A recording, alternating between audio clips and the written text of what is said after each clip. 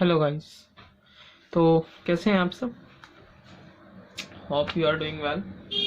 तो चलिए अब हम स्टार्ट कर रहे हैं chapter number 1 isometric projection of a solids का थर्ड पार्ट। आई होप कि आपने फर्स्ट और सेकंड पार्ट जो यूट्यूब पर आ चुके हैं उनको देख लिया होगा और उनसे आपको बहुत ज़्यादा हेल्प मिल रही होगी अपने इंजीनियरिंग ग्राफिक्स के पेपर की प्रिपरेशन में। ठीक है, तो अब हम स्टार्ट कर रहे हैं इसका थर्ड पार्ट। और देखो थर्ड पार्ट भी बहुत अच्छा है। थर्ड पार्ट में मैंने आपको पॉइंट्स, जैसे उसमें मैंने सेकंड में पॉइंट्स बताए थे, इसमें पॉइंट्स तो नहीं है, थोड़े बहुत हैं, लेकिन इसमें मैंने आपका बेस क्लियर करने की कोशिश की है।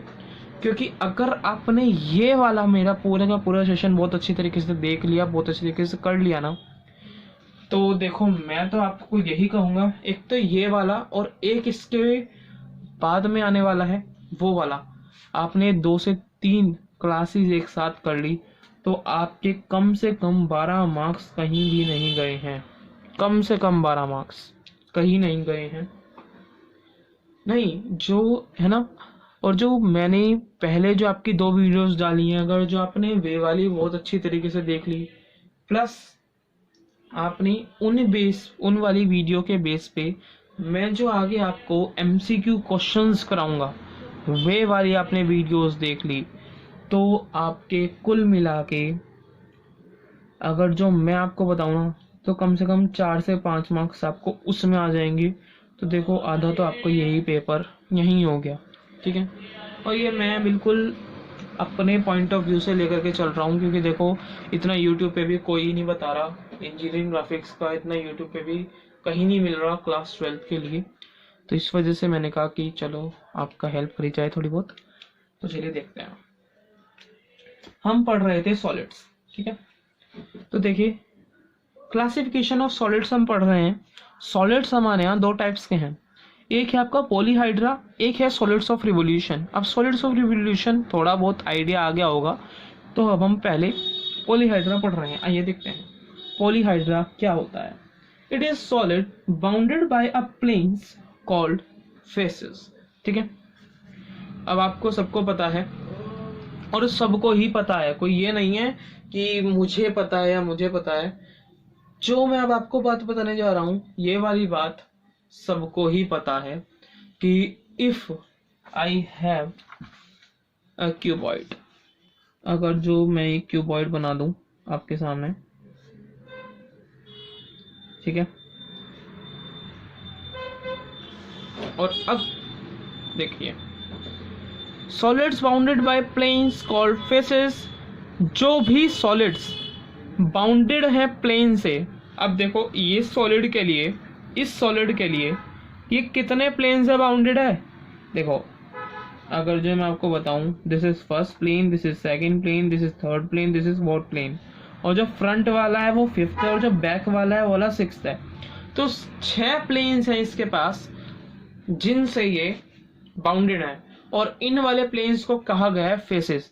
अब यार पेपर में तो आ जाता है कि फेसिस वर्ड लिखा हुआ, अब हमें ये तो पता नहीं यार फेसिस क्या होता है, तो इस वजह से मैंने आपको ये चीज बताई। ठीक है, which meets in a straight line called edges. अब देखो अगर जो मैं इसी चीज को, सेम चीज को अगर जो मैं आपको खोल के बताऊं, ये मैंने आपको 11th में पढ़ाया हुआ है। ठीक है,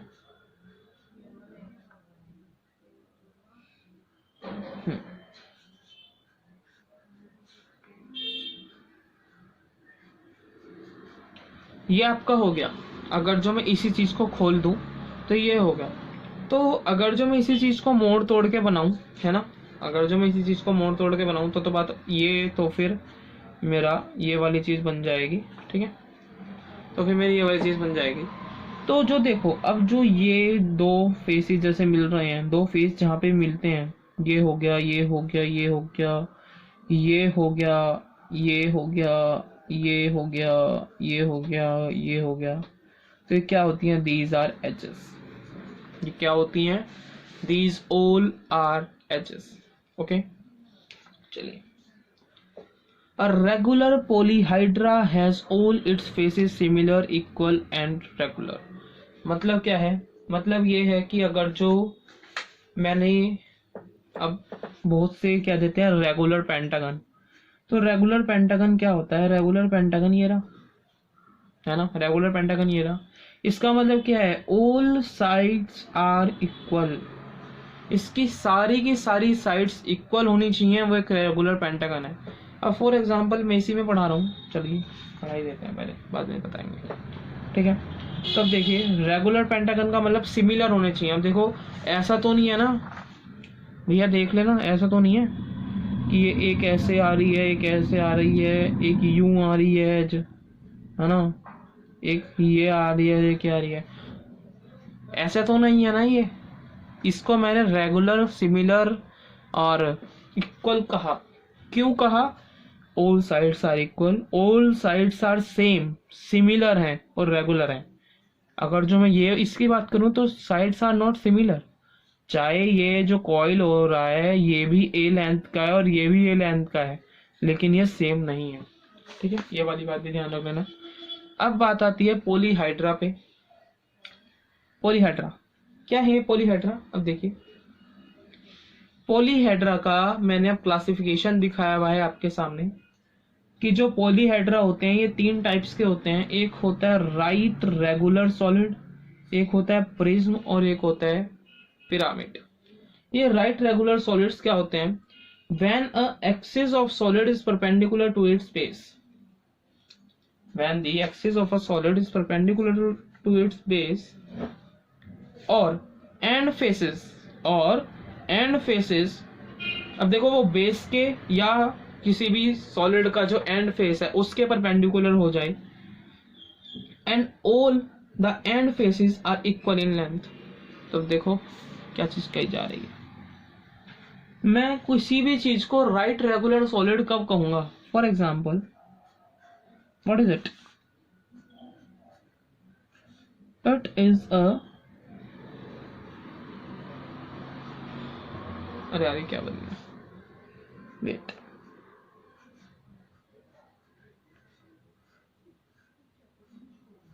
जी, तो ये मेरा पिरामिड है। अब इस पिरामिड के अगर जो मैं बेस के बारे में बात करूं तो इसका बेस ये रहा, पिरामिड का बेस सबको दिखाई दे रहा है ना, तो ये पिरामिड का बेस हो गया आपका, ठीक है। और अगर जो मैं इस पिरामिड की एक्सिस के बारे में बात करूं तो ये इसकी एक्सिस जा रही है, और जो एक्सिस है दिस इज परपेंडिकुलर, जो एक्सिस है, axis is perpendicular to the base. तो ये क्या है? तो ये क्या है?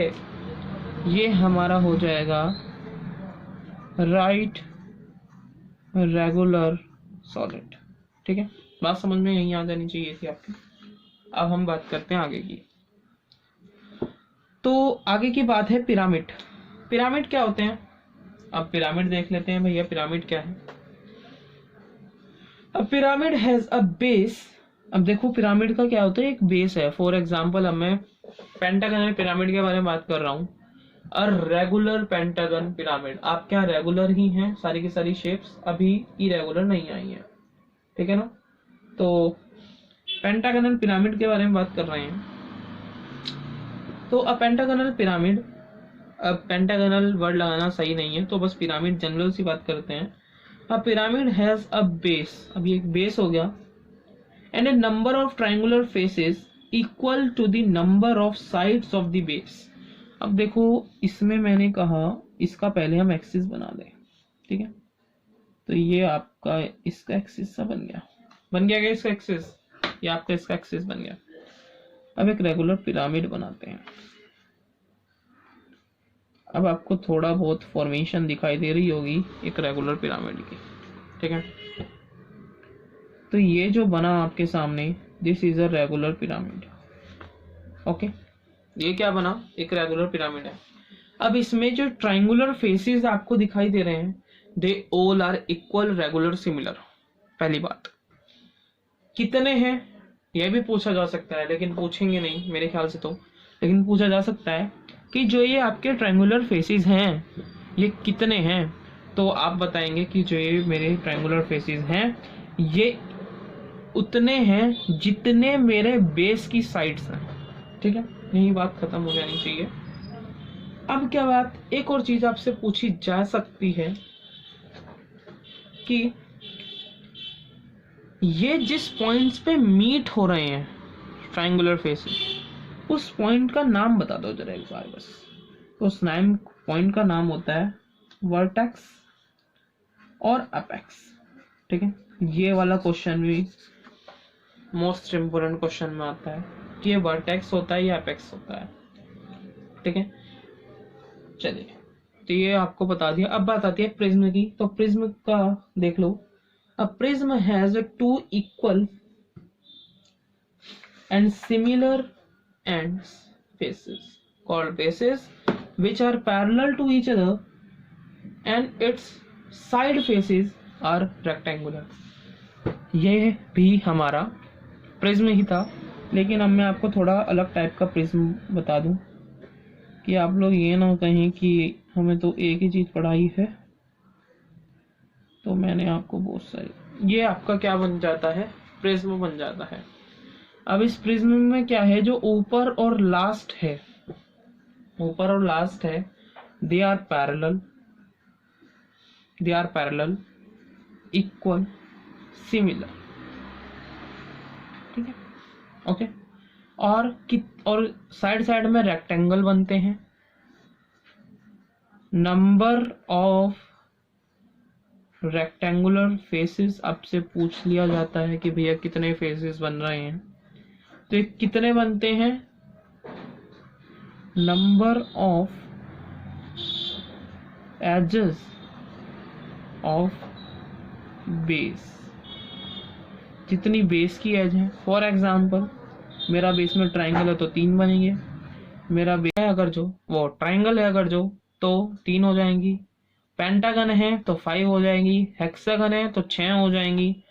क्या हो जाएंगी, 6 रेक्टेंगुलर फेसेस। ठीक है, सर्कल है तो क्या, 0। और रेक्टेंगुलर फेस जिसमें 0 होगी, क्या वो प्रिज्म होगा, नहीं होगा, वो प्रिज्म नहीं है, वो प्रिज्म नहीं है।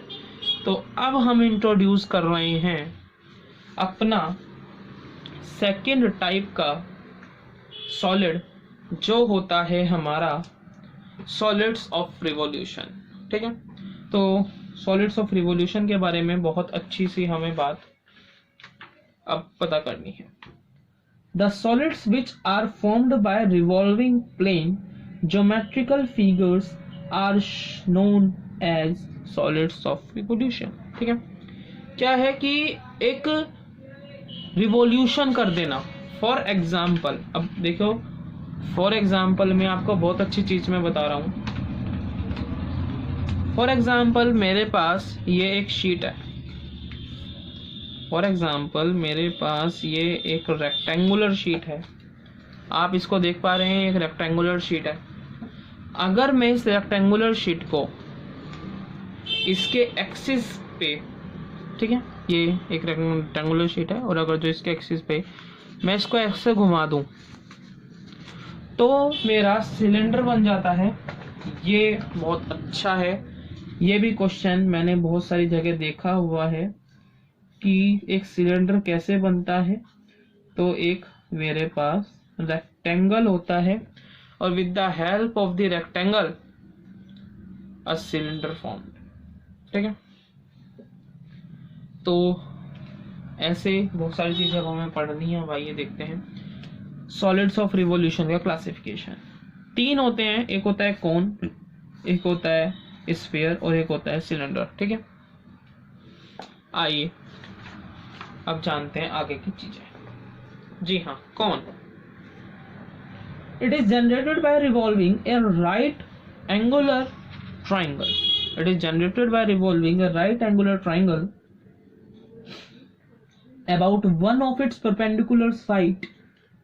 ठीक है, तो ये वाली चीज होती है कि अगर जो about one of its perpendicular side, अगर जो मैं इट एक राइट, देखो ये क्या है, एक राइट एंगुलर ट्राइंगल है। ठीक है, अगर जो मैं इसको रिवॉल्व कर दूं, अगर जो मैं इसको रिवॉल्व कर दूं, ठीक है, तो क्या ये कौन बन जाएगा। ये आप अपने घर पे भी ट्राई करके देख सकते हैं, कौन ही बनेगा और कुछ नहीं बनता, कौन ही बनता है। ठीक है, तो कोन कैसे बनता है? एक राइट एंगुलर ट्रायंगल से, रिवोल्यूशन से। Cylinder, it is generated by revolving a rectangle about one of its side. ठीक है, अभी मैंने आपको सिलेंडर बना के दिखाया था स्टार्टिंग में। ये रहा आपका सिलेंडर, कि सिलेंडर कैसे बनता है। ठीक है, चलिए अब बात आती है स्फीयर की। हर किसी का मैंने देख रखा है, स्फीयर का किसी को भी पता नहीं होता। तो अब स्फीयर का देख लो। It is generated by revolving a semi circle about its diameter. For example, I have a semicircle. ठीक है, ये मेरे पास 3-4 सेमी सर्कल हो गए। ये इसकी डायमीटर है पूरे, है ना। तो अब अबाउट इट्स डायमीटर, जब मैं इसको रिवॉल्व करूंगा, about its diameter, for example मेरा ये हो गया और ये मेरा एक सेमी सर्कल है। थोड़ा इमेजिन करना कि अगर जो ये मेरा सेमी सर्कल है, या रुक जाओ 2 मिनट। फॉर एग्जाम्पल अगर जो मेरा ये एक सेमी सर्कल है और इस सेमी सर्कल को अबाउट इट्स डायमीटर अगर जो मैं रिवॉल्व करता हूँ, ठीक है ना, तो क्या मेरा ये एक स्फीयर बन जाएगा? यस। तो यही बात हमें समझनी थी कि अबाउट इट्स अगर जो मैं रोटेट करता हूँ तो मेरा ये एक स्फीयर मेरे पास आ जाता है। ठीक है, अगर जो आपको ये दिख रहा हो तो आपका स्फीयर बन रहा है पूरा का पूरा गोल सर्कल में। ये रेडियस होता है इसका, सेमी सर्कल, और ये सेंटर ये आपका बनता है। अब देखो इसमें एक और बहुत अच्छी लाइन है, the mid point of the diameter is the centre of the sphere. जो मिड पॉइंट होता है वो ही सेंटर होता है स्फीयर का। ठीक है, चलिए, तो thanks a lot, hope you like my videos on the channel and hope कि आपने बहुत अच्छी तरीके से मेरी एक एक वीडियो देखी है और आपको बिल्कुल समझ में आ रहा है कि मैं क्या बता रहा हूँ। ठीक है, अपने फ्रेंड्स पे भी शेयर करें जिससे उनका 28 का जो पेपर है इंजीनियरिंग ग्राफिक्स का वो बहुत अच्छी तरीके से हो जाए। Thank you.